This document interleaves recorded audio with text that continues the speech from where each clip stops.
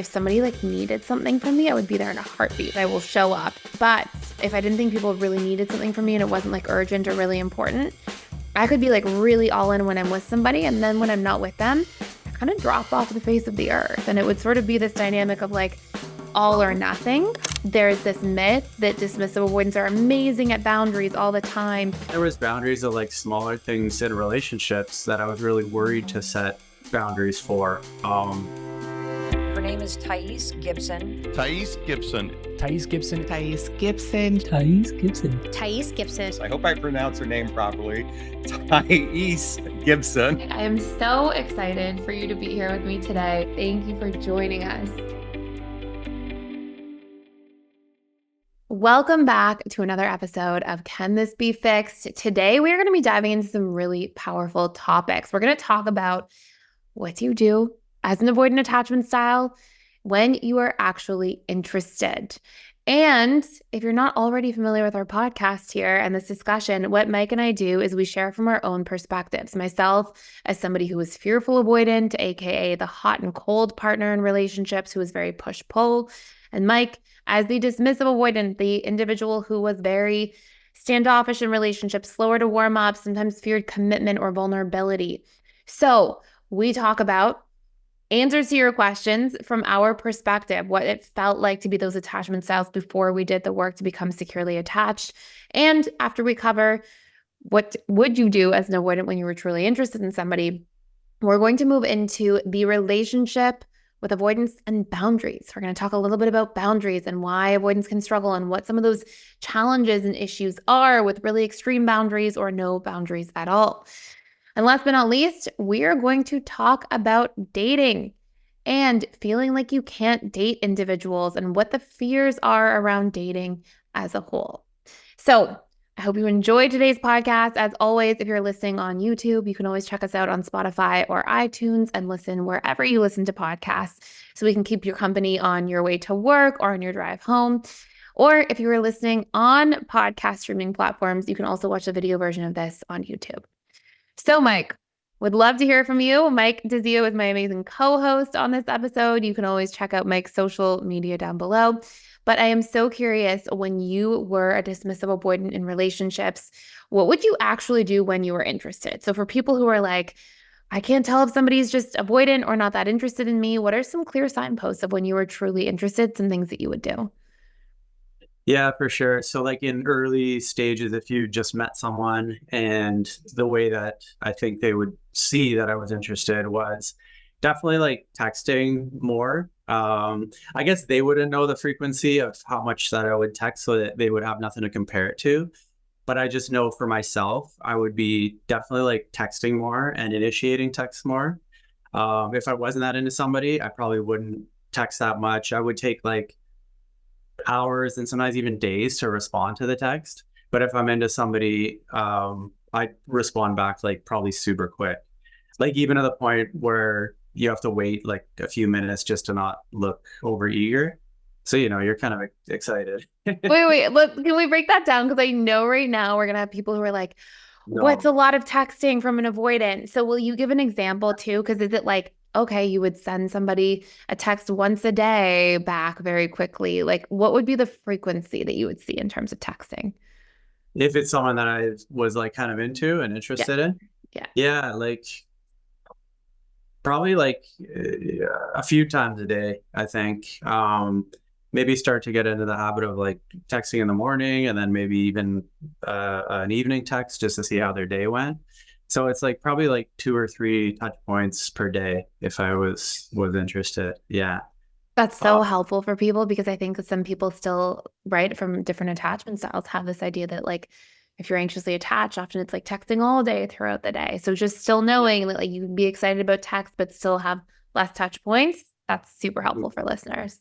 Yeah, for sure. It wouldn't be like, back and forth all day, like the whole day, but just like I said, I think those 2 or 3, like checking in the morning, just wanted to see how they slept or, what they're up to during the day, and then maybe midday and then maybe in the evening. So that for me is like, I'm pretty interested if I'm wanting to know sort of how their day's going throughout the day. Yeah. What else would you say? Yeah, so a few other things would be like making plans, initiating like one-on-one FaceTime hangouts. Um, I'm trying to think of frequency. Probably like would want to see the person, I think twice a week was probably what I could have handled at the time. Like back in previous relationships, I think twice a week was good for like one-on-one seeing each other. So that would have shown interest on my end. Another thing too would be acts of service. So if the person might notice, like I would want to do some like helpful things, and then it would probably they think, wow, this person's so sweet. Like I'd be at their house and maybe notice like I don't know, there's something pictures that are on the floor and haven't been hung up, and I've noticed that a couple times. And I might ask, hey, like, do you need these pictures hung up, and then do that for them. Take out the garbage for them. Just sort of look for little ways that I can sort of help them and take a bit of a load off. Do the dishes, like if we shared a meal together, stuff like that. So as I'm talking about it, it's funny. It's like expending energy that the DA usually is conserving. You're like, you know what? I like this person. I have interest in this person, so I'm going to go above and beyond my energy threshold, and I'm going to spend my energy, which is currency. I'm going to spend my currency on this person because I think that they're worth it. So it's just like doing small things like that. And then even once in a while, paying for like meals. If we go out for dinner, generally DAs can be a little bit stingy with their finances and with their money. But if you are interested in someone, I think you'll notice that the DA will kind of bypass that sort of survival money stinginess, and will actually treat the person to dinners in the early stages. Okay, I those think were really good ones. Sorry, go just, ahead. and I think after a while, then the DA will want the person to start contributing. Like if I notice that I'd be paying for someone date number 1, date number 2, date number 3, and then I see that the person's not even like offering to pay, then right away I'm like, oh no, red flag. Like this is what they think is gonna happen every time. And I wouldn't say anything and just be like, oh, this is not the right person for me. Because they didn't offer, which is really unfair, because if I'm offering to pay and I keep doing that, the other person might be like, hey, cool, like why not? But I know now it would be up to me to be like, hey, like I was thinking maybe we could go halves on the next meal or something like that. Yeah, So yeah. yeah. That's really good. And I think to your point, right? Like as somebody who's a dismissive avoidant and you don't realize that you can communicate at the time, it's like that's an unknown. Once you do the work and you become secure and you're like doing that kind of stuff, it's like, oh, that's a solvable problem a lot of the time. Or at least I can go get more information from somebody by asking them that and seeing how they would respond, and then Yeah. sort of making a conclusion about who they are from there. But yeah, those are amazing, amazing shares. Now let's like go back for a second. What if you are not interested in somebody? What are some things like, or you're not that interested? You're maybe like on a couple dates, but you're not that interested. What would be some things that you would see differently? Yeah, like I touched on in the beginning, so responding to messages, it probably wouldn't be like a big priority, like, oh, I need to get back to this person right away. And partially like subconsciously, you're probably like, I don't want them to think that I'm really interested or eager. So you might like see a message and then just be like, oh, like, I'll get back to that later. Or, it's not like it's not like a burning priority to respond to this message right now. So I think it would be, yeah, like time responding to messages, and then also initiating one-on-one hangouts. It might be like the avoidant might not ever initiate, and then the other person has to keep kind of asking like, hey, do you want to hang out? Like, hey, what are you up to this weekend? And the DA would either, I keep saying the DA, I would have either canceled a lot of times or just said like, oh no, I'm busy or I'm doing something else. But if you notice somebody like canceling more than once, I think that's just such a huge sign of like the person's just not into you. And I've heard so many stories over the years of people like, oh, but on the first date he canceled because he had to bring his dog to the hospital for an emergency. Okay. Second date he had to cancel because his aunt got really sick and he had to drive her to the hospital. What I start hearing these stories after like 2, 3, 4 dates of just like cancel. And it's like, come on, like there's no way. The odds of somebody having like 3, 4, 5 crises in a row, crises, however you say that. Crises. Yeah, great. It's just the person is, they're not into you, and they're just making up excuses. And it might be fear on their end of just being scared to like meet up with you and expose themselves for whatever reason. But at that point, they're just not ready to be in any kind of dynamic anyways. I think it's such a great point. And honestly, like I really want to encourage people, if you're in a situation where you feel like you're chasing somebody and they're not interested and they're showing some of the signs of like what Mike might have experienced at the time when not interested, like tune into your body, like try to listen to like what you're actually feeling when you're dating somebody. Like, do you feel this like excited feeling? Do you feel like empowered by the connection and the conversation? Do you feel like this is great and this is building momentum? Or do you feel like anxious all the time, stressed, worried, walking on eggshells, hoping that it works out, constantly concerned that they're going to cancel or not show up? Like, and what do you want for your dating life and your love life? Like, do you want to feel like the latter? Or do you want to feel like, no, this person's showing up, I feel good about this, it's expansive, we're connecting together, we're growing, there's progress, like, and those should be things that you look out for. And honestly, those should be things that every person is vetting for, right? Like if somebody's in a position where somebody's canceling whatever their attachment style is, because it's going to be from any attachment style. If somebody's canceling all the time, or they're really inconsistent, or it just feels like you're pulling teeth to spend time with this person, those are great signs that it's probably not going to be the right relationship for you, because that shouldn't be how we feel in the relationship dynamic either. So I don't know if you want to add anything to that, but those were really, really great shares. Yeah, no, like you said, was perfect. And like you said, go with sort of how you feel. Like you're gonna have like an intuitive feeling of like, does this person into me? Like, does this person want to spend time with me? Is this the actions of somebody who, is trying to move things forward? Like you kind of know, and sometimes we don't want to admit it to ourselves. But if you're truly like unsure, and I would say like forego like feeling like, oh, I'm gonna scare this person away. Like be vulnerable and just ask like, hey, like I'm just wondering, we've been talking for a few weeks now, like do you like, how do you feel about things so far? Like do you feel like a romantic vibe between us, or are you feeling it's more of a friendship vibe? And I actually think by asking the person that and giving them the sort of options, that's their window to sort of, instead of like doing their usual ghosting or like acting aloof or keeping them distant, that's the opportunity for them to just say like, actually, you know what, I think I am feeling more of a friend vibe and not a romantic connection. And again, it's in the way that the person asked it. Like they're asking it very sort of non-threateningly. They're just saying like, hey, just curious, like, we've been talking, for a while, and I'm just wondering what your feelings are up to this point. And you just hope the person will share their honest response. So, and I can just like imagine the minds of so many of our dear, more like anxiously attached individuals who are like, but if I ask, then like, what if that is the ultimate like nail in the coffin and it pushes them away? And I just want to say, like, I think you said that and like really hit the nail on the head there, which is like, you have to get that information. Like it can be scary and it can be hard to be vulnerable and risk rejection, but it is so much better than just being in a situation where you're unilaterally trying to push for something or hope for something, or you're people pleasing or bending over backwards, hoping that you'll like win the person over somehow by doing just enough. Like it's just such a painful thing to experience. And I've seen so many anxious clients when I have my practice that just struggled with that just would draw out these situations where they weren't getting their needs met. They weren't being looked out for. The person wasn't really like making the effort. And it's a painful thing to do to yourself, to put yourself in that situation. So don't be afraid if you're not seeing the momentum you're looking for, to have that conversation. It'll take courage, but it's you ultimately backing yourself and ending any kind of cycle of potentially wasting your time.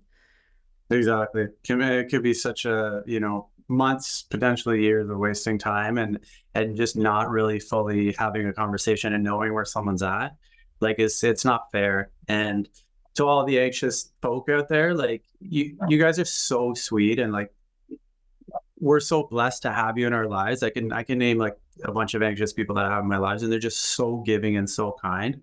So like know that what you have and what you offer is so precious that you don't want to waste that on somebody who's not going to appreciate that. So if you do get that feeling that you're not feeling appreciated and you're not feeling like you're valued, you have to speak up with it. And then if you notice that person's just not giving anything back, it's time to move on and walk away, because there's other people out there who would absolutely love, spending time with you. So I love that. I love that.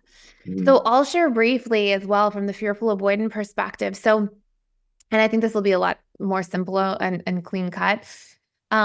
Fearful avoidance, honestly, when they're not interested, like I'll tell you from personal experience, having been a fearful avoidant, what I would find is if I wasn't interested, like I really wasn't giving somebody the time of day.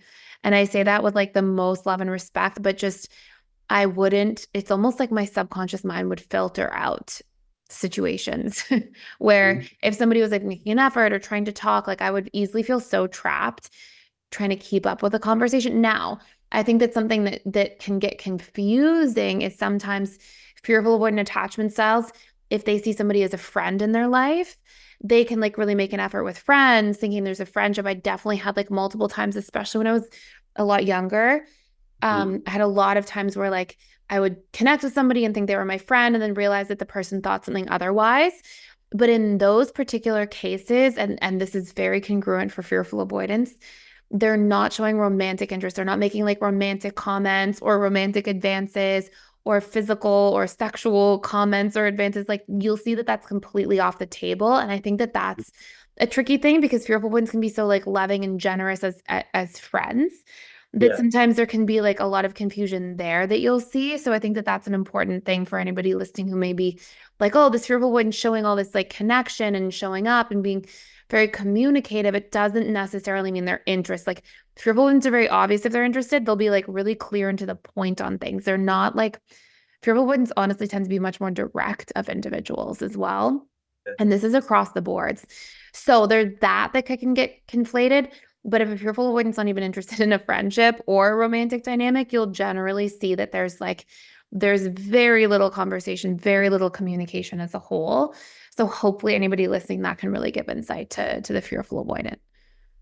is it, just to follow up, is it really obvious that if, let's say I'm into someone and they're fearful avoidant and I'm making like a move, like putting my arm around them or like doing something to like, flirt or show that I'm interested romantically, is it pretty darn obvious when the FA is like not into it? Like, will they legit like push your arm away or be like, you're just like, whoa, okay, like loud and clear, like I could see this person's not into it? Or would there be any like people pleasing and they might let you keep their arm there and, Such a good question. So for sure, the most likely scenario is that they don't respond negatively in that situation, but you'll see it in how they respond after the interaction is over. So like, and I can tell you this having been there on multiple occasions, realizing like, oh, somebody feels differently towards me. Cause let's say it was like a situation like that where somebody like puts their arm and they're trying to be like making romantic advances or physical advances. At the time, I would probably, when I was fearful avoidant, I don't want to say like humor because I wouldn't allow it to like progress if I felt uncomfortable, but I wouldn't like actively like deny them or try to make them feel like I would be worried that I was going to really make them feel terribly rejected. So I would kind of like people please or maybe like pull away a little bit, but not be too obvious. But then afterwards, because I hadn't spoken up, I would feel trapped. And then it was like, oh, I trapped myself. And then I would resent or resist that person. And I would go like really pull away really strongly, like not really communicate much at all or really shut down. And, looking back on times like that, I really wish something I did better was like just be honest and communicate and say, hey, like even like a text after the interaction, if I couldn't have done it in person, like just to say something like, hey, maybe I gave you the wrong impression, or maybe you were, interested in me in a way that I'm not really feeling the same way towards you. I wish I had like just said things like that, but instead what I would do is I would just shut down and like run away from the person, like have a flight response and not have those conversations. And so, and I think that's honestly quite par for the course as a fearful avoidant at the time. Wow, that's so interesting. Yeah, I've even heard of sometimes, someone going in for a kiss and then the person not really wanting to kiss back, but they just so mortified and scared of like hurting the other person's feelings that they might engage in a kiss. But then, like you said, after they'd be like, hey, listen, like, I'm not sure what happened there, but I just want to let you know, like, I'm not really there. I'm not really interested romantically. Yeah. I don't know, like that's so tough. That would be that's so tough for both sides, because on one hand, the person made that vulnerable move to like go for a kiss, because it is like, I'll speak for myself, like when you're not 100% sure and you go in for the kiss, if the person kisses you back, you're like, okay, this is amazing, It's like like this is, seems so affirming, of course. Yeah. yeah. But then if you do that and then after they're like, oh no, like, you know what, I'm not into you at all, then you're probably nervous about the next time you go to try to kiss someone. Yeah. So Yeah, yeah. 100%. And fearful avoidants, honestly, they can be like a little bit in the moment, like ride it out. And then afterwards, like, but usually you won't see much afterwards. If somebody's, not doing the work or the healing, Yeah. they'll usually just like flee very strongly after something like that. The other thing that's so Right, interesting that I thought of that I just want to touch on, because I thought you were going to ask a different question when you started, right. is will a fearful avoidant know if somebody's interested in them? And Mm. I can't tell you how many times I had this experience, but how many times I see this in fearful avoidance when I was working with clients or even like students in the school and how they talk about things. Fearful avoidance often don't pick up very well if people are interested in them. And I think Oh, it's from having these unworthiness core wounds or not good enough that you generally sort of like play yourself down to what you think you're worth or that you think people would be interested in you. And so commonly fearful avoidance will go into situations, and this used to happen to me, especially when I was a teenager, where I would like build friendships or relationship dynamics with people, have zero idea that somebody was interested in me, like zero. And then like get caught in a situation later where I would have friends say things to me like, obviously they were going to try to, do something with you, or and I would be like, I yeah. really truly didn't have any idea. Like I really didn't think that. And then in hindsight, looking back on those situations now, part of that also was like, oh, I may have been leading people on in a way, because for me, if I was interested, I would be so much more direct and say something romantic, or, that would be pretty open. And so for Yeah. me, just engaging with somebody, I didn't ever think meant anything other than friendship. And so I'm curious Yeah. for fearful avoidance listening to this too, if you've Yeah. had that experience, and want to put that in the comments if you're watching on YouTube, because I find that to also be a very common dynamic. Did you ever have that as a dismissive avoidant? Yeah, as you were speaking, I came across a lot of people after high school. You run into people or 10-year reunions, stuff like that. And a few people told me, like, wow, like I had such a crush on you in high school. And I was like, really? Like, are you serious? Like, why didn't you say anything? And they're like, I tried to make it obvious, and it was like you just weren't really giving me anything back. And I was almost like upset, where I was like, oh, I would have loved to have dated that person. Like, that would have been great. But back then, I just had such like core wounds of like feeling unsafe and not like defective. And I just, even if someone did like me, I was like scared, like just get away from me. So yeah, I did have that experience, I guess, where if somebody was flirting, I was like, oh, they're just being nice, or that's the way they are with everyone. And I just really didn't pick up on those types of clues. Yeah. So yeah. So interesting. That was a good share. Okay, so Yeah. we're gonna take a quick break. I don't know if there's anything else you want to add, but when we come back, we're gonna talk a little bit about dismissive avoidance, fearful avoidance, and boundary situations, and how we can better establish boundaries in relationships. I just wanted to pop in here and let you know we are doing a 7-day free trial to the All Access Membership Pass at PDS, which means you get access to literally everything inside of the school. And this includes the 4 live webinars I do with our students every single week. And on top of that, you get access to all of our different courses. We have over 55 different courses on relationships, communication, boundaries, emotional mastery, guilt and shame, learning your needs, so many different facets that are really important to master our lives and feel really good about our lives going forward. And last but not least, there's a daily community event. We have trained facilitators and coaches who are in there doing that work, showing up to support you on your journey every single day. Please join me on the other side. Come check it out. See if it's a fit for you. I'd love to see you there. Go ahead and sign up by clicking the link in the description box below. Welcome back. Okay, let's dive right into this, Mike. So let's talk a little bit about the question of why you struggle to set boundaries, some different relationships you've had to boundaries over the years. Like if you've been in relationship dynamics where it was really difficult, I think that there's this myth that dismissive avoidants are amazing at boundaries all the time, because dismissive avoidants can set like really strong survival boundaries where they like shut down completely or flee or run away. But I think that so easily gets conflated with like actual good boundary setting. So I want to talk about the nuanced boundaries. And first, from your point of view as a dismissive avoidant at the time, what was your relationship like to boundaries? Yeah, like you said, so when it was like survival based boundaries, I was pretty gangster with it. And like even some of my old coworkers would like see me and be like, wow, like you're really good at like setting boundaries with the boss. Like, because basically the boss would ask me to maybe do something, like I'm already like up to my ears in work. And maybe they'd be like, hey, we need to do this other thing. And without even like thinking about it, I'm like, no, like I'm not doing it. I can't do this right now. Like I'm way too overworked. So like I would have a hard time if I felt like my energy was going to be like completely drained, or like, yeah, basically like if my energy was going to be taken even more that it already was. It was just this like gut shot reaction, like without even thinking about it, of like, no, like I'm not doing that. And I guess it just came across so like what's the word, like assertive, or like, Correct. Yeah, oh, assertive. Yeah. that the other side like wouldn't even argue with it. They're like, oh wow, like this person really means like they can't do this. So it was funny because some coworkers would be like, wow, like you're really good at that. But I'm like, no, like I legit like cannot do anymore. Like I will be a shell of a person on the floor, and just super drained. So those in boundaries in those situations, I was good. But then there was boundaries of like smaller things in relationships that I was really worried to set boundaries for. I was really worried about the other person getting upset and like making them feel, they might feel bad if I set this boundary. For example, yeah, if I notice like we've been hanging out a lot and I notice like I need more time to myself again, I'd be worried that like, oh, well, we hung out 3 times last week. Then if I ask for the week after, if I can only hang out once, that maybe that person will get really upset or think like, I'm losing interest or I'm not as into them as before.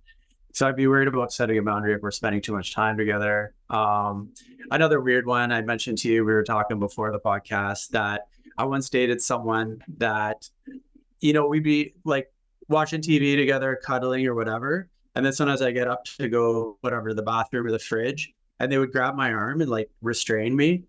And I have this thing, I don't know if you could tell me if it's a DA thing or not, like it's a trap wound or something, but I don't like being restrained. Like I actually start feeling a little like panicky if somebody's like restraining me. And I remember, her doing it for a few times, and it took me a while to sort of build up the courage to tell her like, hey, listen, like when you restrain me, actually I really doesn't feel good. Like I have this sort of response of feeling trapped or feeling like, something's wrong. And the person was very, very happy to be like, oh shoot, I'm sorry, like, I won't do that again. But I just remember there being like a really big fear of making them feel bad, like they did something that they weren't supposed to, and then that they'd feel bad. So would that Yeah. be the theme? Like if you reflect now, since you were so good with the survival boundaries, like, and this is quite common for DAs, Mhm. when you were DA, like, okay, when there was a survival issue, like it felt like your energy was about to be, that's it. Like Yeah. a shell of yourself. You're going to be completely, your bandwidth is completely used up. You'd be Yeah. really good with boundaries there, but then boundaries where you thought it was maybe going to cause a conflict or hurt somebody or make them feel criticized or shamed, Mhm. those would be the places that it was most difficult for you. Definitely. Yeah, yeah. And I'm thinking back to like I remember when I was young, setting a boundary, especially with my dad, like he would get pretty angry, like if you sort of spoke up or were sort of, it was a lot like don't talk back. Like you're talking back to your elder was like really not cool with with my father. So I just remember the times where you're just, you're kind of standing up for yourself, or you're really adamant about like you want to make a point, but wasn't met with oh, okay, let's talk about it. It was like you'd get a spank or you get yelled at and like just really, really not feel good.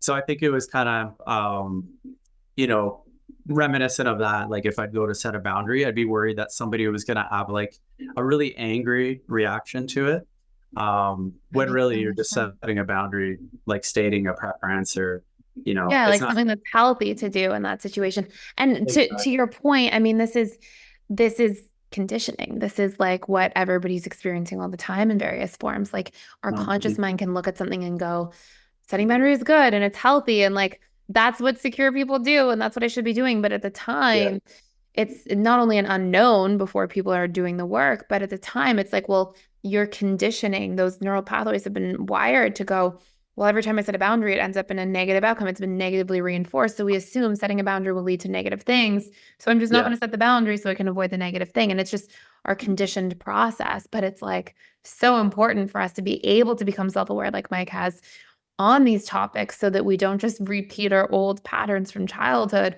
over and over and over again our whole lives as adults. yeah, 100%. And I just want to add one more thing was I was worried about coming across as weird, like that this boundary that I'm setting is like strange or like somehow like really weird. And then the other person will be what's wrong with you? Like, why would Active you? core wound. So it was like a defective core wound, basically. 100%. Yeah. I would just think like, oh, maybe this is really weird. And I'm like the only person who doesn't like something like this. Yeah. So sometimes I would keep it in and wouldn't say anything for fear of being judged and shamed and being told that, that's really weird that you even said that. So I would just kind of keep it in. So one thing that I'm so curious about, if this was your experience, because again, this is something I see all the time with dismissive avoidance, is that once they don't set the boundary, then it's almost like the stopwatch starts. And it's like this ticking time bomb, not until you like blow up and have an explosion at all, Yeah. but a ticking time bomb until you kind of leave. Where if like you're holding the boundary in, you're not being able to say something. And I believe this to be because part of co-regulation is being able to set boundaries and tell people what's comfortable for us or not comfortable. And so when Mhm. dismissive avoidants are repressing, there's just this like buildup of uncomfortability or discomfort that's taking place. And it's almost like the clock has started and it's this countdown to like how long you're going to leave if you're not able to set those smaller boundaries. So I'm curious if you reflect back on when you were a dismissive avoidant and you look at some of your behaviors when you held boundaries in and didn't say anything, did you find that eventually, quite quickly, the relationship was nearing an expiration? Yeah. Or you're just taking space unhealthily. Like the space Yeah. example that I gave. Yeah, if you're wanting more space, but you're disempowered and afraid of like a bad reaction, then what does the person do? We start just withdrawing and might not answer messages as much, and we sort of take our space back without letting the other person know what's going on, which is like really hurtful to the other person because they're not sort of kept in the loop and they're thinking, whoa, like this person's just disappearing. Like where did they go and what's wrong? Like, is the relationship ending? So, you really, I think we've talked about it before in the past, like just let the person know, like they would much rather know what's going on. So just so they could have some sort of peace of mind that like you're not exiting the relationship. Just let them, it's so much better to let them know that, hey, like I've just noticed that we spent a lot of time together. I just noticed I'm feeling a little bit worn down and I need some time back to myself. I think next week I'm gonna have to, take a few days and maybe we can reconnect on the weekend, or maybe we can take this week off and hang out on Friday or Saturday. And like that's so much better for the other person to accept. They might not love it and be like, oh, but I want to see more than that. But telling somebody what's going on versus withholding it and just taking the space is a lot harder. I understand why it's done because you're like, as we're talking about, you're just afraid of the reaction. You're afraid of a lot of different things. But, the alternative is it really leaves the other person in the dark and upset. So, yeah. 100%. Yeah, it's a really good share. So for a fearful avoidant, and I'll dive into sort of the fearful avoidant side of this. I think that as a fearful avoidant with boundaries, like if anybody's not already familiar from listening to this channel, what you'll see is fearful avoidant attachment styles. Their boundary sort of dynamic tends to be pretty repeatable. Like you'll see this over and over again. And it's that you'll be people pleasing and generally quite boundaryless until you reach kind of a critical mass or tipping point. And then all of a sudden it's like, oh my gosh, I'm so upset. I'm so frustrated. And now that has turned into extreme boundaries. So I would see this over and over again in my own life And the hilarious part of this is that if you asked me at the time, are you good at setting boundaries? I would have said, I'm great at setting boundaries. I'll let people know what I need to. And the reality is, if you're setting boundaries from a place of anger, you're not good at setting boundaries, because boundaries don't come from this buildup of frustration and then getting angry and then telling somebody how it is and communicating in unhealthy ways. That's not masterful boundary setting. That's you not setting boundaries many times over. And a lot of things would have had to go wrong to eventually get to a place where you are angry enough to explode. And so, for me, a big lesson and a big growth point, and honestly, one of the hardest things for me to get really good at was to learn to be healthily assertive in real time. So to be able to share my true yeses and nos with people, say, oh, I don't want to do that. Or even things like, that doesn't make me feel good, but I'm willing to negotiate it. Like if somebody were to say, hey, Thais, can you come over all day and help me with my stuff on Sundays? And Sunday is like my one day off. I'd probably be like, yeah, I can't come all day because I'm going to take some time for myself on Sundays. I may say, I'll stop by for an hour, or I might be like, hey, I don't get a lot of time to myself. Sunday's definitely like my time for me and sort of catching up around the house and spending time with my husband. And would you be okay if I stopped by for an hour? Or would you be okay if I came a different day other than Sunday? So we could like always negotiate or talk it out. But I used to say yes to things compulsively, and then I would resent the person for it. And it's like, it's crazy because I'm creating that situation for myself where I'm going, I'm not going to set the boundary. I hold it in, then I get frustrated, but it was actually my absence of truthful and honest communication that caused me to feel that dynamic to begin with. So that was a big area of growth for me. And I'm sure a lot of fearful avoidants, I know a lot of fearful avoidants in PDS. I've talked a lot about this over the years and, ultimately seen some amazing growth. But a lot of our students in the school who are fearful avoidant will also report when they first start setting boundaries, they still have this like kind of aggression around it. Like this, even if they don't express it, it's like this feeling of aggression. And I find a lot of the time is because boundaries were unsafe as a kid. Like if you set a boundary, similar to almost your point, I'd get like more extreme punishment for saying no or talking back or things like that. And so, you almost go into your boundary as if you're like ready to fight. Like I'm going into my boundary and I'm preparing for the fight, and fearful avoidants often have this like fight response. So to over defend themselves, and it's like, instead of just saying, oh no, that doesn't make me feel comfortable, can we talk about a different option?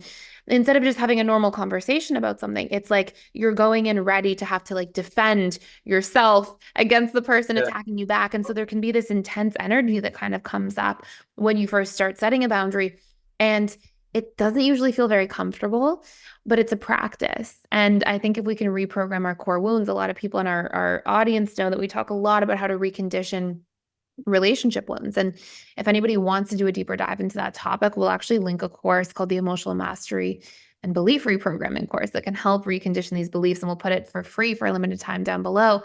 But so much of it is like, if you can recondition these scary ideas, like I'm unsafe if I set a boundary, or I will be punished if I set a boundary. If you can recondition those ideas first and then practice doing exposure work, setting boundaries in small increments, eventually it will become your new normal. Yeah, that's such great information. I was just curious, are FAs generally quite like popular people? Because it seems like they never say no when you ask them for something. So would like an unhealed FA person have a lot of people that just really love them because they like never say no? They're like, wow, this person's so helpful. This person's always willing to, do this and do that. When really they don't know that the other person might be really like stepping over their own boundaries and doing things that they don't want to do. So I was just curious, do FAs generally tend to have a lot of friends and just generally well liked because they don't say no to a lot of things? Yeah, it's such an interesting question. I find it depends very much on like the stage that the fearful avoidant is at, because sometimes fearful avoidants go into these like extreme withdrawal stages from, withdrawing, not withdrawal, withdrawing stages from the world. But as a general rule, fearful avoidants tend to do well with people. They tend to be really hypervigilant, really good at reading between the lines and figuring out what people need and want and showing up for those things and pouring into them until they reach, similar to a dismissive avoidant, like this critical mass of their bandwidth. And then they often sort of go offline. And I would say more than anything, you have fearful avoidants who tend to be quite inconsistent in their relationships. So they'll be like all in, pour in, show up, and then really drop off. And I Mhm. think that, and this was something I honestly did all the time as a fearful avoidant, is if somebody like needed something from me, I would be there in a heartbeat. Like I'd be like the best person to call in a bind because I will show up. But if I didn't think people really needed something from me and it wasn't like urgent or really important, I could be like really all in when I'm with somebody. And then when I'm not with them, I kind of drop off the face of the earth. And it would sort of be this dynamic of like all or nothing. And Yeah. I think Okay. so much of that is the pattern of fearful avoidance, constantly feeling this pressure to pour into everything in front of them, which Yeah. means there's not bandwidth for things outside of that. And so that can be a common pattern instead of having better boundaries that then allow you to have the capacity to have energy for multiple things. So interesting. So, and then we talked about this before with conflict, because the FA is so afraid of conflict. Do you find, I know this actually, but I'll just ask anyway.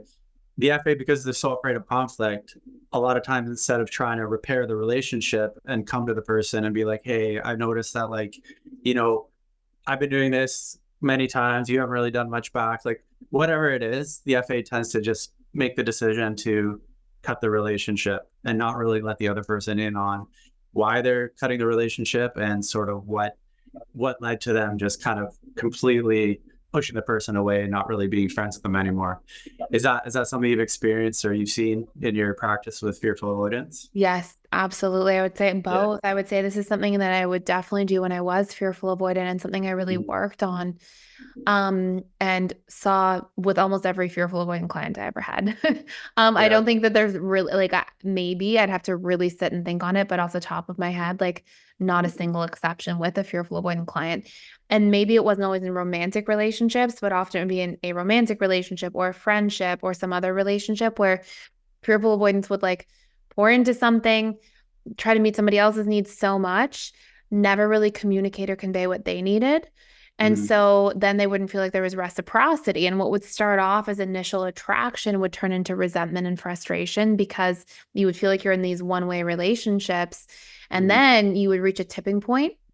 And because fearful avoidants are so good at reading into other people's needs and trying to guess what they are and show up for them, they often expect, like I would often expect that somebody else, if they cared about me, would just do the same back. And so when they Sure. weren't, to me, it was like kind of like an all or nothing thing. Like it was like, oh, then you must not care about me. So Yeah. now I would start justifying in my mind why like this isn't going to work long term because like I care so much, the person doesn't care back. I'm pouring into it. I'm not getting my needs met. And then I would wait till I was like sick of it enough. I would almost like let it build up in the background where it would reach this tipping point where now I was ready and okay to fully cut off the relationship. And Mhm. then I would do that. I would like not continue. And sometimes it would like actually break up. Sometimes it would kind of fall off. But the common You'd theme actually was break up, like you'd sit down and have a friendship breakup with them? romantic relationship. If it was just a friendship, a lot of times I would just retreat.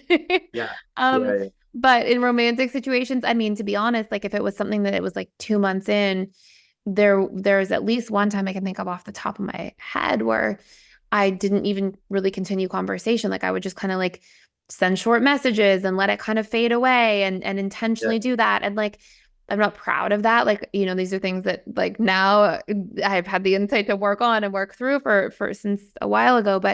Um, but definitely things in my patterning. And it was because like I didn't know how to have the conversation. And I honestly assumed that the other person, like they didn't care. So why would I have the Yeah. conversation? They didn't care because if they did, they would have been making the effort. So I would have this like narrative in my mind that like they weren't that interested or they didn't care anyways, and specific to romantic relationships. And then I would just not feel like I owed a lot to the situation. But in reality, it was like if I had communicated my needs, and I say this Mhm. to people all the time, I know you know this, but like so many of the things that like fearful avoidance and even dismissive avoidance would leave a relationship over are Mhm. actually super solvable problems For sure, for sure. if we can communicate. And so often if we were just able to say, hey, um, you know, I'm upset by the situation because I need more ABC, whatever it is, fill in the blanks in your Yeah. situation.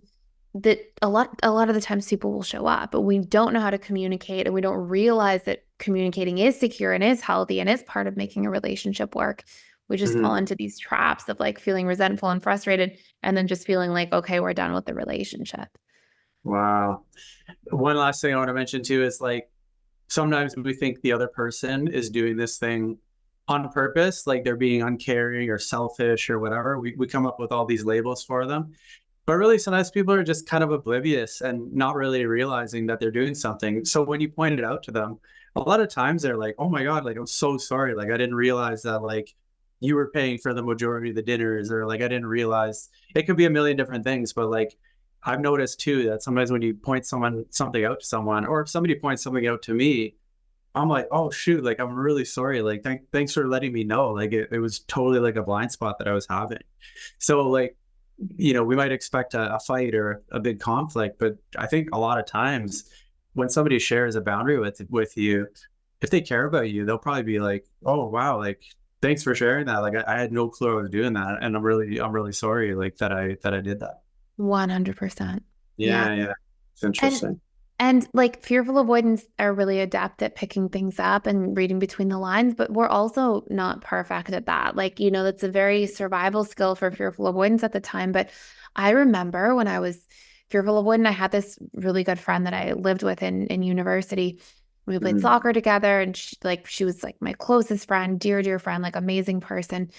And I one of my ways of like bonding with people or connecting, I don't know why, I've just always been like this, is to like lovingly poke fun at people. Like, oh, haha, like this or haha. And if people poke fun at me, I think it's the funniest thing ever. Like, I will die laughing. Nothing will like get me laughing as much as like somebody making fun of me. Like, if somebody was like making fun of like my family or like something mean or ruthless, obviously I wouldn't feel the same way. But those sort of like, if you say something funny or do something funny or whatever.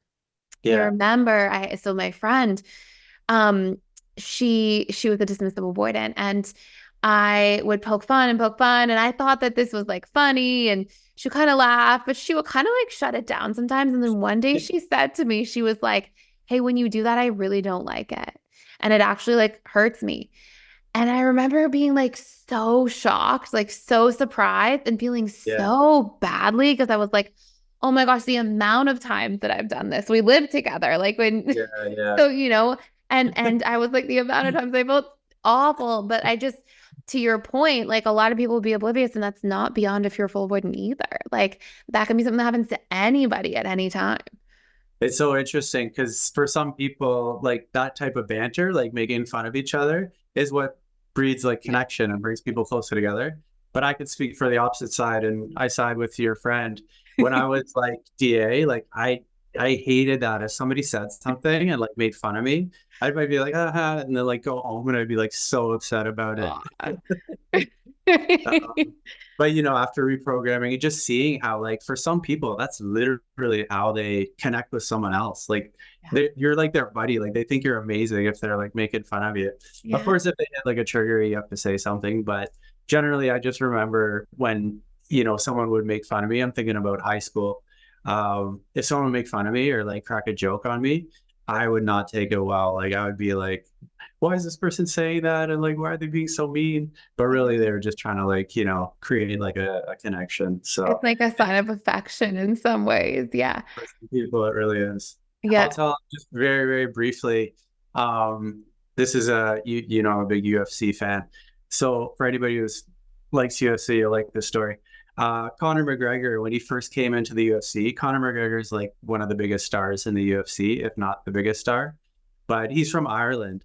And Irish people and anybody Irish who's listening know that like cracking on each other and making jokes to each other is literally the culture. Like it's what you do. Like families do it to each other, relationships, friends. And when he came into the UFC, he was like making fun of other fighters and just doing what the Irish do. And oh my gosh, he rubs so many people the wrong way. Like a lot of the other fighters from like Canada, the USA were getting so mad. And like in interviews, they were saying like, we can't stand this guy. This guy's terrible. But really, he was just doing his thing. Like he was just kind of like trying to like connect and like one of the boys. Yeah. So it's just so interesting to see where people stand on that. But I love how your friend sort of protected herself and just said, hey, I don't really love the jokes that you're making. And then you get to take inventory and be like, okay, I know like with her, I got to be a little more cautious, but with my other friends, it looks like they enjoy it. So I'll just keep sort of being myself and making fun of them.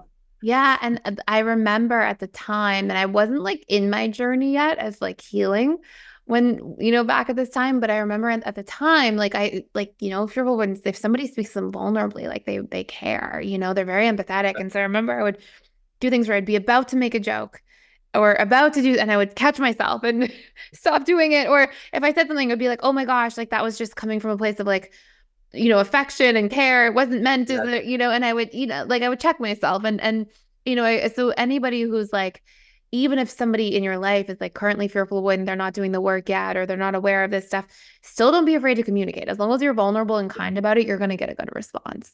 Totally, totally. And at the end of the day too, it is up to the other person to set the boundary. Like if you're making jokes and the other person seems to be cool with it, it seems all good and fine, then, you're probably going to keep doing that. But it is up to the person to sort of say, hey, like, I don't like when you do that, or that joke specifically. Like, I didn't like that. Like, you can make jokes, but making fun of my clothes or something, might have been something from childhood that they have a wound around. So I just want to stress, it is up to the person to say to the friend, hey, I don't love this. So 100%. yeah. Okay, so we're going to take a break. When we come back, we are going to talk about a question about dating, not able to date other people, feeling really stuck and not wanting to open up. Is this an avoidant thing? Where is this coming from? We'll be right back. So the summer is coming to a close, and now it's time to welcome in probably our much busier season. And if you're anything like me, the last place you probably want to be spending time is figuring out what to eat for dinner and standing in long grocery store lines. So you can make life easier with HelloFresh, which is America's #1 meal kit. With fresh ingredients and simple recipe cards delivered straight to your door, HelloFresh takes care of all of your meal planning, shopping, and meal prep. And I really can't express how much time HelloFresh has actually saved me each and every week. What I love most is the variety. So whether you're looking for fit and wholesome, or quick and easy, vegetarian, or even family-friendly options, their ever-changing recipes keep food exciting when it comes to dinner and never leave me feeling like I'm making the same meals and just eating the same food over and over again. So if you're ready to save time and make cooking much more enjoyable for you and your loved ones, you can go for free breakfast for life at hellofresh.com/free Thais. That's THAIS. And you'll get one free breakfast item per box while your subscription is active. That's free breakfast for life just by going to hellofresh.com/free Thais, THAIS. And now for a word from our sponsors. If you need to hire, you need Indeed. Indeed is your matching and hiring platform with over 350 million global monthly visitors, according to Indeed data, and a matching engine that actually helps you find quality candidates fast. So you can ditch the busy work, and you can use Indeed for scheduling, screening, and messaging, which allows you to then connect with candidates much faster. And Indeed doesn't just help you hire faster. 93% of employers agree that Indeed delivers the highest quality matches compared to other job sites, according to a recent Indeed survey. And one of the things I love about Indeed is that it makes all hiring in one place easy, because you literally have the perfect match of candidates there. In fact, Indeed is something that we use all the time for hiring candidates at the personal development school, and I would feel a little bit lost without it, to be perfectly honest. When I was looking to hire somebody, it was originally slow and overwhelming until I decided to just go straight to Indeed, and that's when everything became a lot more simple. And it's still something that we use and will continue to use all the time. Leveraging over 140 million qualifications and preferences every day, Indeed's matching engine is constantly learning from your preferences as well, so the more you use Indeed, the better it actually gets. So you can join 3.5 million businesses worldwide that use Indeed to hire great talent fast. And listeners of the show will actually get a $75 sponsored job credit to get your jobs more visibility at Indeed.com/Thais. Just go to Indeed.com/Thais right now, and you can support our show by saying you heard about Indeed on this particular podcast. Again, that's Indeed.com/Thais. Terms and conditions may apply. Need to hire, you need Indeed. Welcome back. So we are going to talk a little bit about basically dating when it comes to attachment styles and how this can really show up for different individuals. So this comes from a user question on our Can This Be Fixed Reddit thread. You are welcome to post questions there. You're welcome to post questions in the YouTube channel, anything. We take a lot of the different questions or concepts from questions and we share them in here. So this question says, hi guys, can anyone relate? I'm still not able to date other people. In the moment I feel like I can, and when it's supposed to happen, I text them I'm sorry and I'm not ready to date. I feel bad for them and for myself. I delete the app to not mess anymore with my head and my heart. I really miss my ex-partner and still can't get intimate with others, even just a touch or hug of others. I am really sad and can't swing into dating any easier. So first and foremost, we're going to talk a little bit about why this may happen, why we can really take a long time to even feel comfortable or open to warming up, especially after an ex or long-term relationship. And then we'll talk a little bit about how this affects different attachment styles. So Mike, if you want to kick it off here, would love to hear your thoughts. Yeah, like first of all, I think everyone's experienced this to an extent where, you're getting back into dating and you're like, oh my gosh, this is so weird, especially after you've got over like a long-term relationship. So definitely we got to like sort of look at it and be like this, it is a bit of an awkward period and can be a little challenging. For this person, I think they're maybe like putting too much expectations on like what has to or doesn't have to happen when they get back out into dating.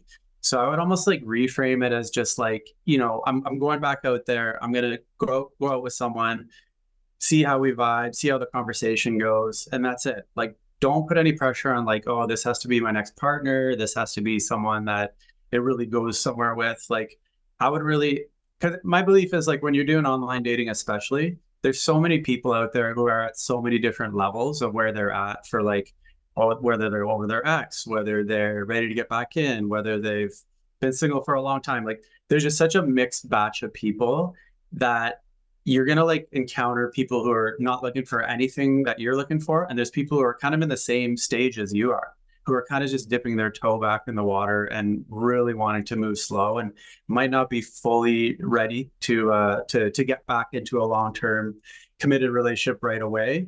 But they want to start, interacting with other people and people that they might want to eventually settle down with. So the whole point there is just don't put so much expectation on what has to happen. I think if we go out there and we think, oh, this is going to lead to something long-term and this has to work, we're going to be really nervous and anxious. But if we just go out there and think, you know what, I'm going to go out there, I'm just going to have fun. If I didn't go on a date, I'd just be at home probably watching YouTube videos and, doing nothing. So why not get out there and just start to sort of immerse yourself in the process? And if you didn't like it and had a really bad time, then you can just go back home and then take inventory, take stock and see, okay, maybe really I'm not ready. But I just don't think it's a bad thing to get back out there and sort of just see how it feels and not have a crazy expectation. And then one last thing I want to say too, sorry to cut you off. The one last thing I want to say too is like, it's okay to let the other person know, especially in like the lead up to going on the date. You can say like, hey, I just got out of something a few months ago. I'm still feeling a little bit hesitant, but I'm happy to like, let's go out and kind of see what happens. But I am not looking to, get into something really fast. Like I'd rather take my time and just to let you know, like I'm not looking to jump into something quick. And that lets the other person know, where you're at. Then they have the choice to be like, ooh, I don't know, this doesn't feel right. And then they don't go on the date. But if somebody respects that, they're like, yeah, sure. Like, let's go out and just see what happens. And then at least they know, like, they're not going to be like trying to like, sink their claws into you like really quick. Like they're going to know, okay, this person is still, not 100% there yet. And that's okay. But it's okay to get to know someone and it might lead to a friendship. It might lead to nothing. But I just think you have to sort of start, like stop canceling dates and start sort of dipping your toe in the water and just seeing and feeling how interactions are going. I'm curious what you thought just from like reading this question, because they didn't mention their attachment style in here. And I'm curious, like you sort of got as their attachment style. I know that I have sort of an inclination towards something, but I'm curious what you sort of read here. Yeah, I thought they were fearful avoidant only because it just seemed kind of all or nothing to me, where it was just Totally. That was exactly the exact same reason yeah, why I thought that, which is hilarious. Yeah. yeah. So it's like, oh, I need to cancel this date because I'm not 100% ready. Well, like just like anything in life, like usually we're not like 100% ready. So, if you're trending more towards being ready than like absolutely not ready, then I would say go for it and like give it a shot and just sort of see how you feel. Because yeah, if we have that all or nothing thinking, definitely we're not going to want to put ourselves out there because we're going to be scared. Like, oh no, I'm not ready. People are going to see right through me. It's going to be so unattractive that it seems like I'm not over my ex. Seems like I have all this baggage. It's like no, you're just human. Like you're just have still a little bit of residual feelings that you need to work through, but that's not a reason that you should like shut yourself down and hide in the house, basically. Totally. And I do want to say to add to that, like I do think this person, like maybe they need more healing, right? Maybe they need to actually like meet the needs that their ex represented and like grieve the breakup. Like I don't know how soon after it was for this person. I get the sense that it was like a decent amount of time because they're like, I still am not ready to date. Like, what's going on? As if that was sort of the issue. So I do agree very much. Like, sometimes we don't have to feel 100% ready for something to start the process, almost like doing exposure work, like slowly and Mhm. incrementally, like meeting new people or spending time with new people and just sort of seeing. But I also, the other thing that really stood out to me is just this, if you're feeling like you still are not over your ex and you are thinking about them and you feel sort of in this push-pull dynamic, is it that you miss your ex because you haven't met the needs in new ways yet? So for example, for anybody who's not familiar with this concept, we talk a lot about this at PDS, how when we grieve somebody, it's not their physical body that we grieve. We don't just miss like their physical form, we miss like the needs they brought into our lives. And that tends to be a big part of what we are actually grieving. And so a way to speed up the grieving process after a breakup is to be like, what needs did my ex meet? And how can I go get those needs met in updated forms, in new ways? So if your ex made you feel seen and heard, okay, how can you make yourself feel seen and heard? Journal, check in with your feelings more often, validate your perspective in a conflict, check in with, what your boundaries are on a regular basis. Like there's so many ways that we can give that to ourselves, or we can vet for new friendships and people in our lives who are also present and make us feel seen and heard as a result. So we can do that. And when I was reading this question too, I was like, oh, this sounds like a fearful avoidant because there's the all or nothing. And I almost got this sense of like pressure this person's putting on themselves, which is a big fearful avoidant thing. And then feeling bad for the person really quickly and bad for yourself. And, to me, I really heard FA in here. And um, sometimes when we miss an ex, it's because we truly miss the ex and that person's no longer available and they're not a good fit for our life. And we have to actually go meet our needs and we have to go do the healing work so we can truly get over them. But sometimes the other thing that happens is we're just missing the actual needs. Like we're not even missing the ex. We might be like, wow, I can't be with that person again. I'll tell a quick story and kind of going down the rabbit hole here. But I remember working with this woman and she had two young kids, both under the age of 3. And she had a really serious corporate job.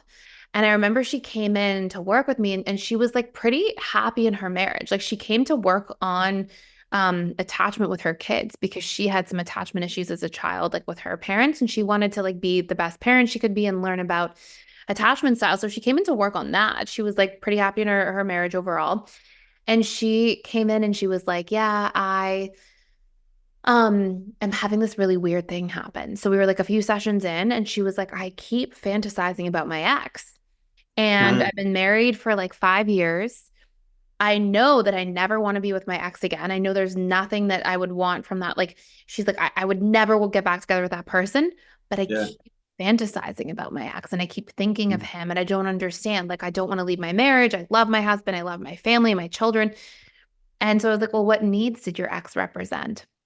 And she was like, oh, well, my ex, the only thing I can think of that keeps coming to mind, especially the types of things she was fantasizing about with her ex, is she was like, my ex was so carefree and so fun. And she Mhm. was like, I felt like he never grew up. He wasn't somebody I could see myself having a family with or children with.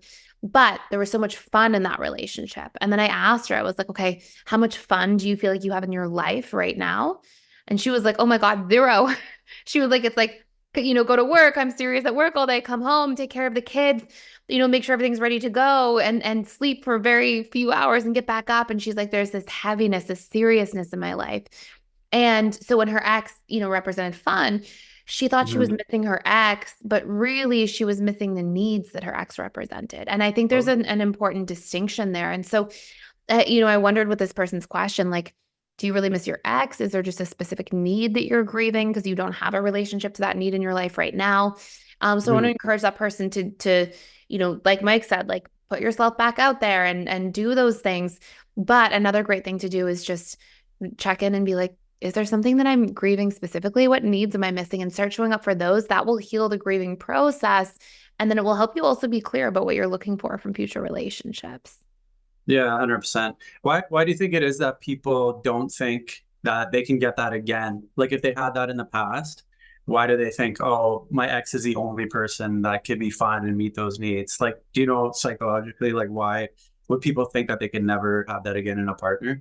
Yeah, I think there's a couple things at play. I think the first part, it's a great question, is that the subconscious mind like builds a comfort zone. So we get conditioned, right? Like you and I have been friends for 10 plus years, known each other for a long time. And like you and I will naturally show up and interact in a conditioned way together because our friendship has been established. Like, like we come and we ask each other questions about our lives before the podcast. We check in, we hang out, we like have deep conversation for a few minutes because that's like the almost like conditioning of our friendship.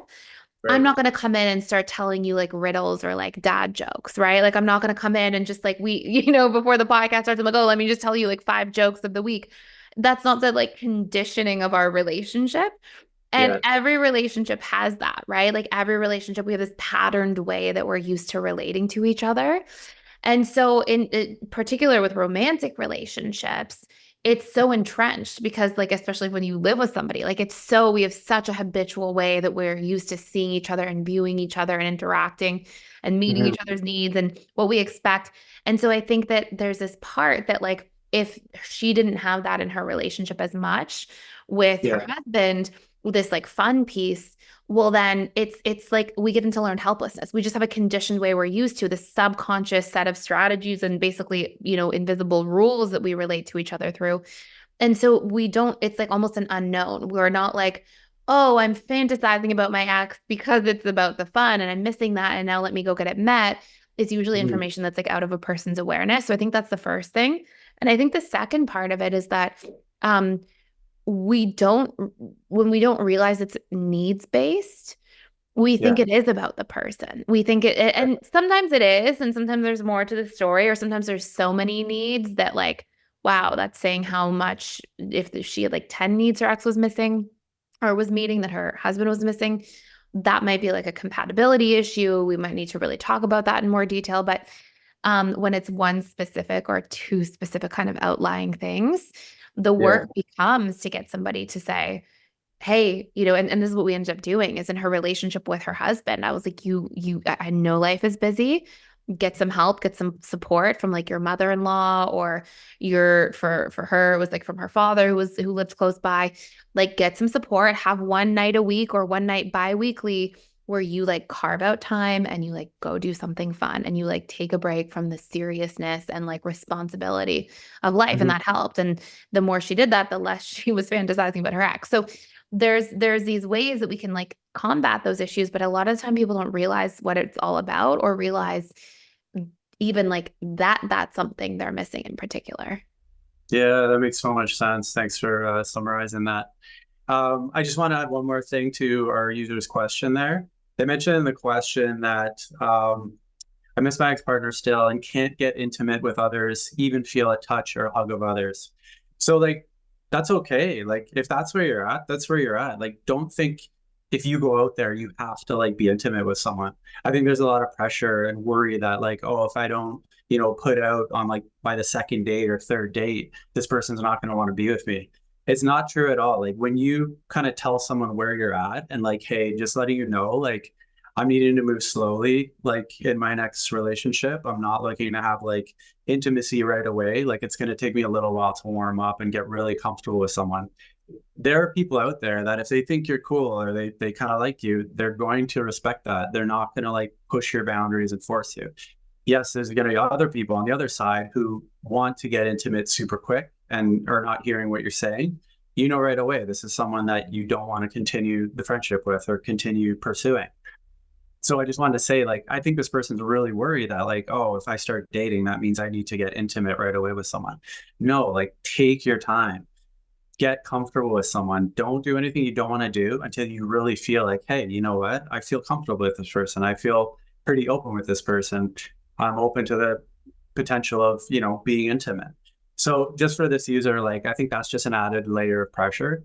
But if you do let the person know ahead of time, I think you can relax and just focus on having a nice time and just feeling the energy between you two instead of having in the back of your mind, like, oh God, I have to like perform. I have to do something that I don't want to do.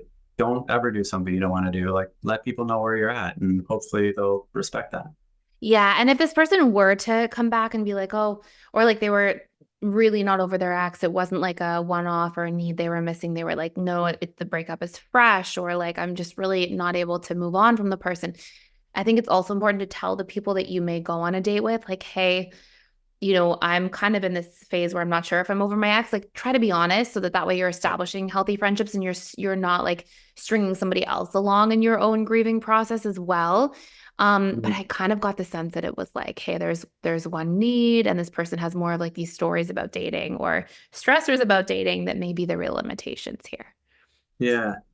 It's a tough one. I'd love to, it's, only 4 sentences, the question. I'd love to talk to this person and hear more of what's going on there. But just in general, I think we covered it pretty well. And, I hope eventually you get to the place where you can go out there and start dating, because you deserve connection, and, you shouldn't have to be stuck on your ex and not able to move forward. So definitely wish you luck. Yeah. Yeah, good luck. Okay, well, thank you everybody for tuning in today. Really grateful that you stopped by. If you listen to us on podcast platforms like Apple, iTunes, Spotify, you can check us out in the full video format on YouTube at Personal Development School.